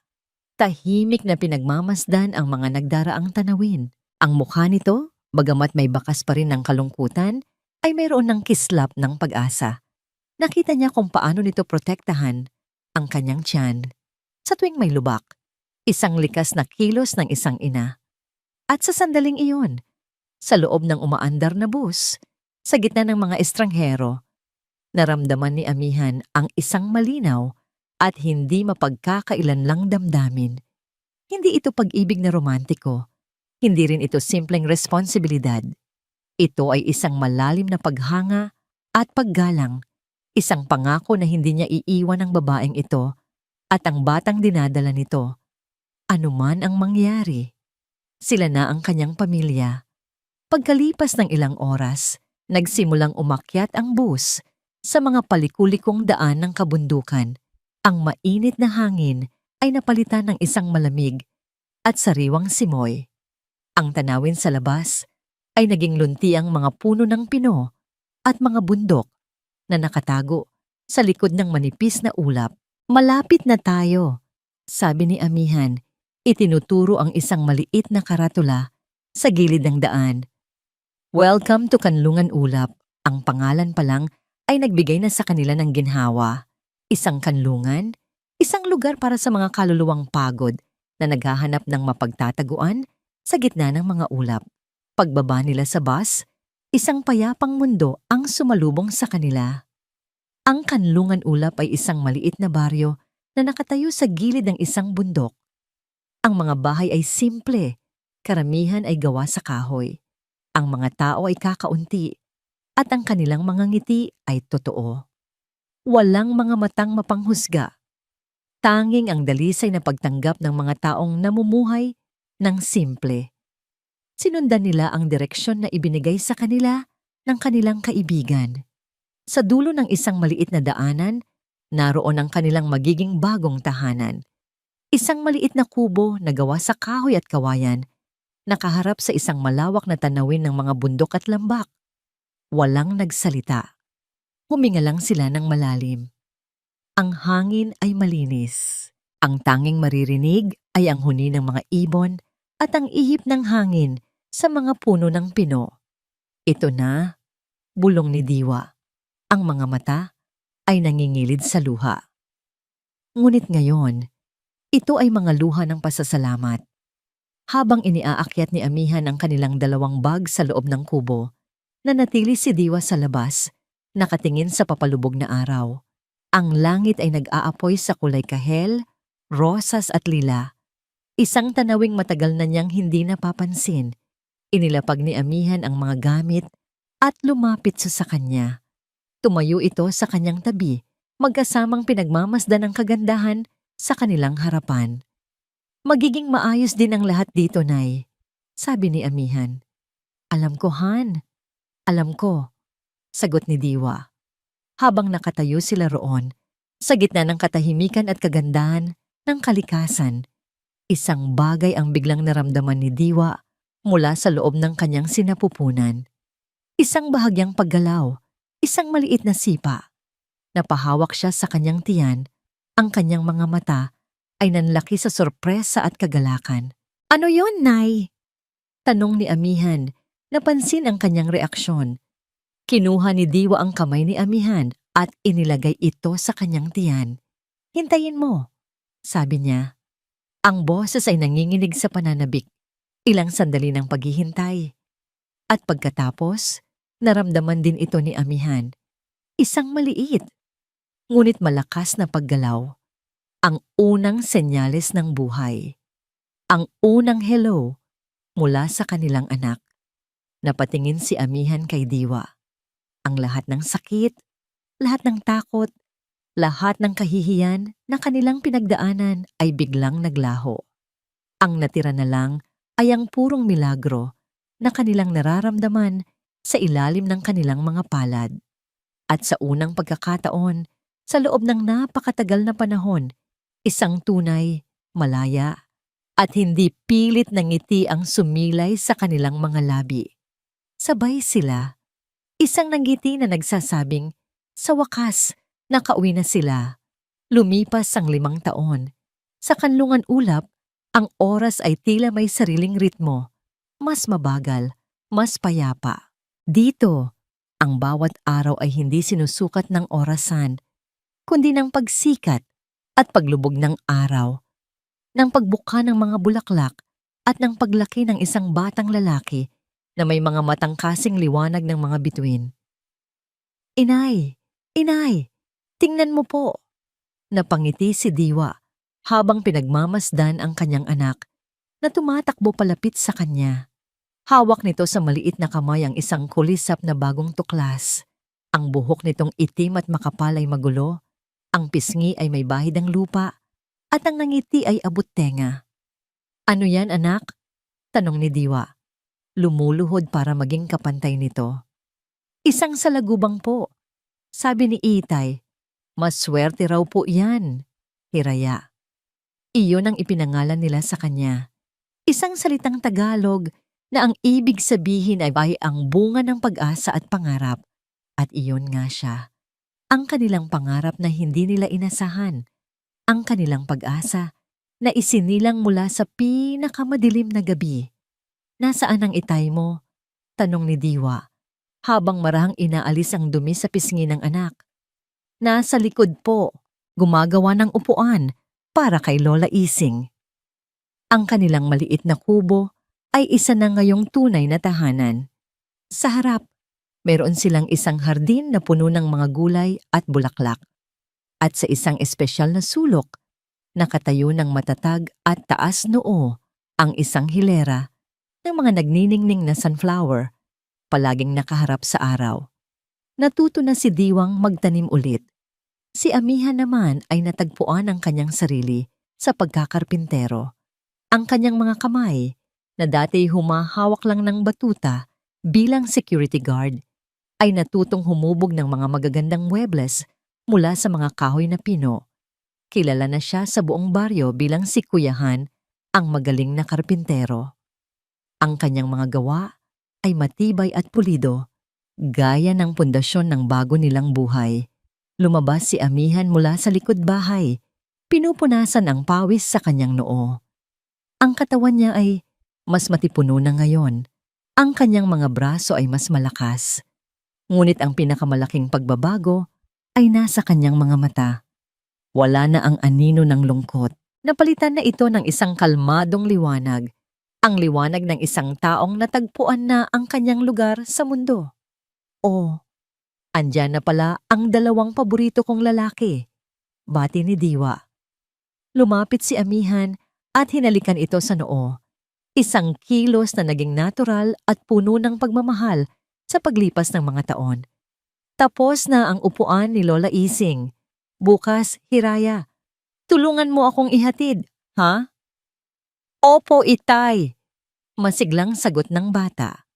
Habang naghahanda si Diwa ng kanilang hapunan, sariwang gulay mula sa hardin at isdang inihaw ni Amihan, ang kanilang maliit na pamilya ay kumikilos sa isang ritmong perpekto at payapa. Walang pilitan, walang pagkailang. Ang kanilang relasyon ay hindi na kailangang pangalanan. Hindi na sila biyenan at manugang. Sila ay inay at itay. Sila ay dalawang taong pinagbuklod ng isang di pangkaraniwang pangyayari na tutong magpatawad at piniling bumuo ng isang pamilya mula sa mga durog na piraso ng kanilang nakaraan. Pagsapit ng gabi, matapos nilang patulugin si Hiraya, naupo silang dalawa sa maliit na beranda sa labas. May daladalang tasa ng mainit na salabat. Ang langit sa kanlungan ulap ay isang palabas. Dahil walang mga ilaw ng syudad, ang milyon-milyong bituin ay tila abot kamay. Naaalala mo pa ba, Nay? Biglang sabi ni Amihan. Nung unang gabi natin dito, ngumiti si Diwa. Oo naman, yung unang sipa ni Hiraya. Noon, ang tanging nasa isip ko lang ay ang makatakas, pagpapatuloy ni Amihan. Pero habang tumatagal, napagtanto kong hindi tayo tumakas. Sa halip, umuwi tayo. Tumingin si Diwa sa kanya. Ang mga mata ay nagniningning sa liwanag ng mga bituin. Tama ka.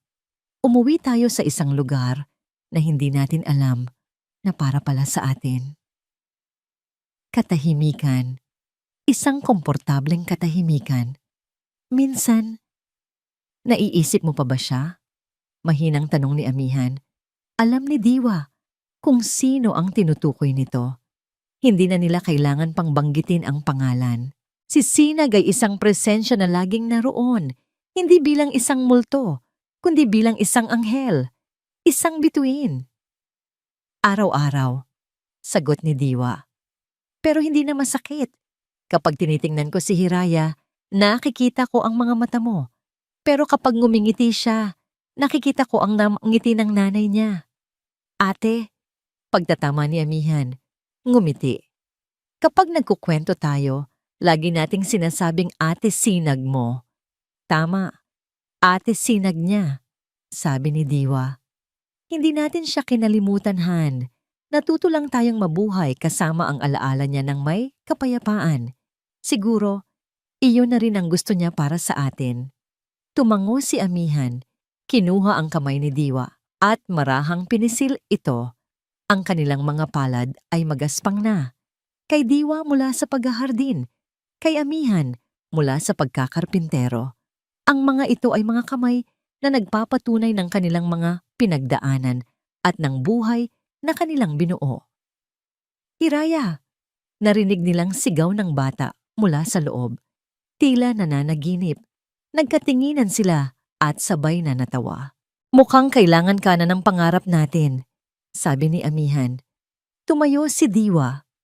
Bago siya pumasok sa loob, humarap siya muli sa kalawakan. Salamat anak, bulong niya sa mga bituin. Isang pasasalamat hindi lang para kay Sinag, kundi para sa lahat ng nangyari.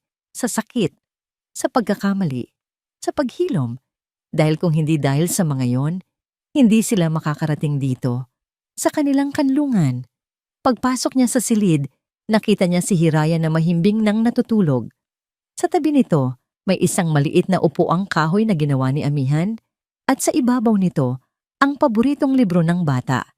Isang libro tungkol sa mga bituin. Umupo si Diwa sa gilid ng kama at hinaplos ang buhok ng kanyang anak. Inay? Antok na tanong ni Hiraya, bahagyang iminumulat ang mga mata.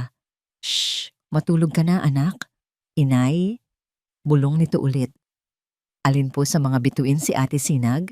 Napangiti si Diwa. Itinuro niya ang bintana, kung saan sa gitna ng di mabilang na mga tala, may isang bituing nagniningning ng mas maliwanag kaysa sa lahat. Iyon siya, anak, sabi ni Diwa. Ang boses ay puno ng pagmamahal. Iyong pinakamaliwanag. Palagi siyang nandyan. Binabantayan niya tayo. Ipinikit ni Hiraya ang kanyang mga mata nang may ngiti sa labi. At sa payapang gabi ng kanlungan ulap, sa ilalim ng tingin ng mga bituin, ang kanilang pamilya na isinilang mula sa isang trahedya ay natagpuan sa wakas ang kanilang walang hanggang kapayapaan. At dito po nagtatapos ang kwento ni Diwa, Amihan at Hiraya sa kanlungan ng mga tala. Ang kanilang paglalakbay ay nagtuturo sa atin ng isang mahalagang aral na ang tunay na pag-ibig at pamilya ay hindi laging perpekto o naaayon sa pamantayan ng lipunan. Minsan, ito ay matatagpuan sa gitna ng ating mga pagkakamali, sa ating kakayahang magpatawad at sa tapang na bumangon mula sa pinakamatinding pagbagsak. Ito ay ang pagbuo ng isang tahanan, hindi mula sa mga material na bagay, kundi mula sa mga durog na piraso ng ating puso na pinagdugtong ng pag-asa. Maraming salamat po sa inyong walang sawang pagsubaybay at pakikinig.